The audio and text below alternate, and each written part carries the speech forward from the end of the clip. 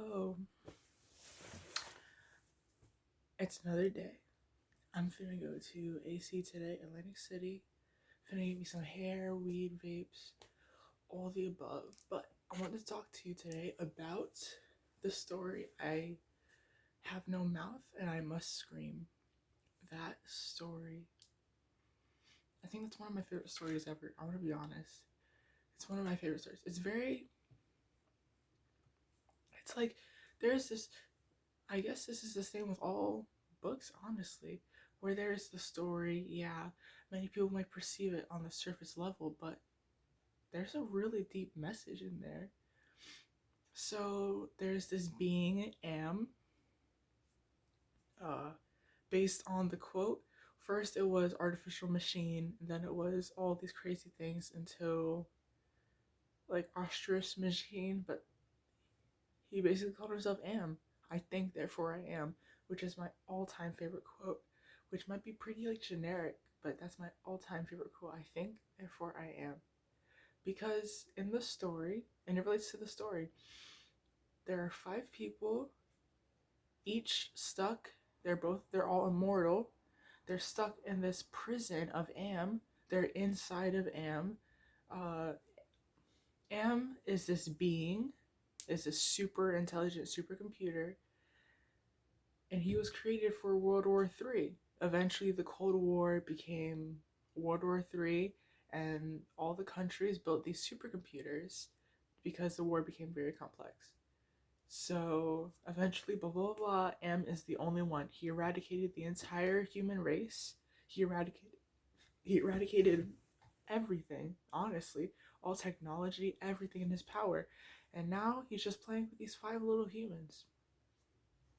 One's an ape.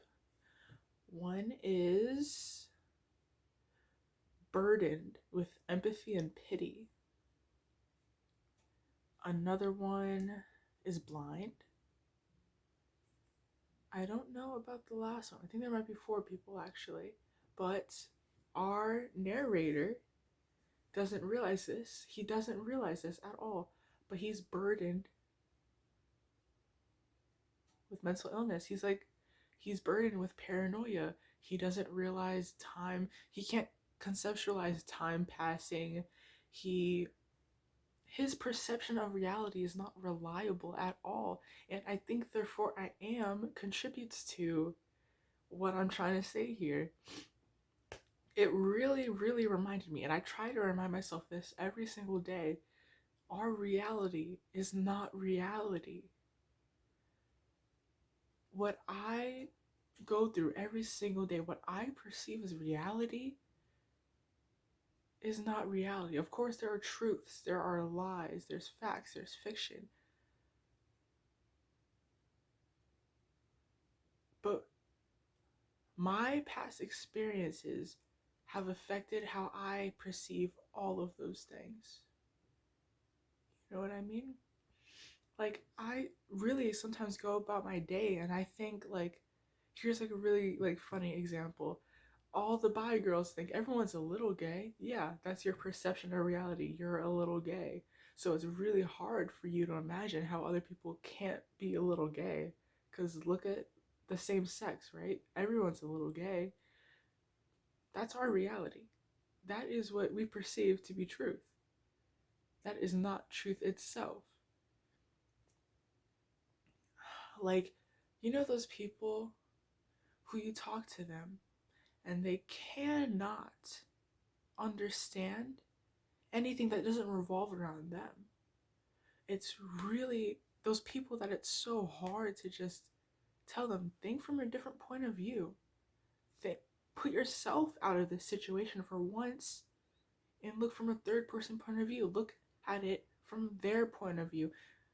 Just look at the situation itself, not your own opinions, your own truths, your own reality. My grandma's like that. When I was living with her for a couple months, it was really, really hard to talk to her because every single time I talked to her, she got offended or she just said this really out of pocket thing. And when she would get offended, it would be when I was hyped up, really passionate about a point I'm trying to express to her, and I would get so up and passionate because she just wouldn't understand. She could not see past my tone. Really, I told her, Grandma, you're listening to my tone of voice, not the message I'm trying to say to you. And she was like, yeah, because look at your tone of voice. And I was just thinking to myself in that moment, like, I cannot talk to people like this. I cannot argue to people like this. They're only going to perceive what they want to perceive. They're only going to perceive their reality. So, anyways,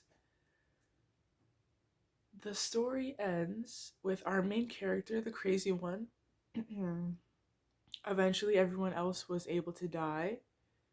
I think they got a hold of maybe like a gun or a knife or whatever, but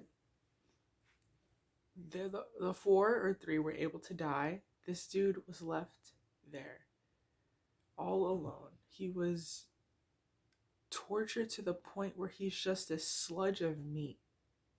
He has no mouth and he must scream. Bro, I love how that ties into the ending. That's what he says at the end. That's the very last line. I have no mouth and I must scream.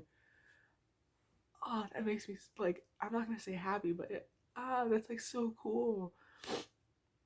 But I was also thinking about Am, about how even though he's this superior being, this superior supercomputer who controls these five little people's lives like a cat and mouse game, he's constantly fucking with them with images of themselves dead in most gruesome ways. He's fucking with them by the weather. He controls everything they see. He's in their minds too. He gives them visions throughout the day, the days, the hundreds of years they've been there. But why is Am doing this? Why do these five little insignificant people matter so much to Am? Why is he keeping them alive for so long? What is Am without those people? He already conquered all the lands. He's already done everything a superior dictator supercomputer would want to do. He has done everything. He has destroyed everything. There is no other human life. There's no one hiding. There's no Safeway house. Everyone is dead. Everyone is gone. But Am has this vendetta. He has this purpose. And he wanted to keep those people alive so bad because who is he without it? He's just there, a supercomputer all alone. And because he was burdened with intelligence, with a soul, even though he lacks it, but even though he does have artificial emotions, he does have the concept of knowledge, because he is burdened with those things just like the people, because he is burdened with that, he needs to keep those people alive. He needs a purpose. He can't just sit there for the rest of eternity just sitting by himself. So he keeps the last one, our narrator, the crazy one, alive for all eternity to fuck with him. But he leaves him as a sludge of meat. Not because he ever needed the people, not because he needed him for an ulterior purpose, but because he needs someone. Because he's lonely. Isn't that fucking crazy? That shit's wild. I love this story so much. Thank you for watching. I'm finna read the rest of it. Because before this, I watched Wendy Goon. He's my favorite YouTuber. I watched an analysis of this story, and I was so captivated I had to listen to the story myself. And now I finally have time. So yeah, I encourage you. Go read the story, go listen to the story, then go watch Wendy Goon's analysis. That shit, top tier.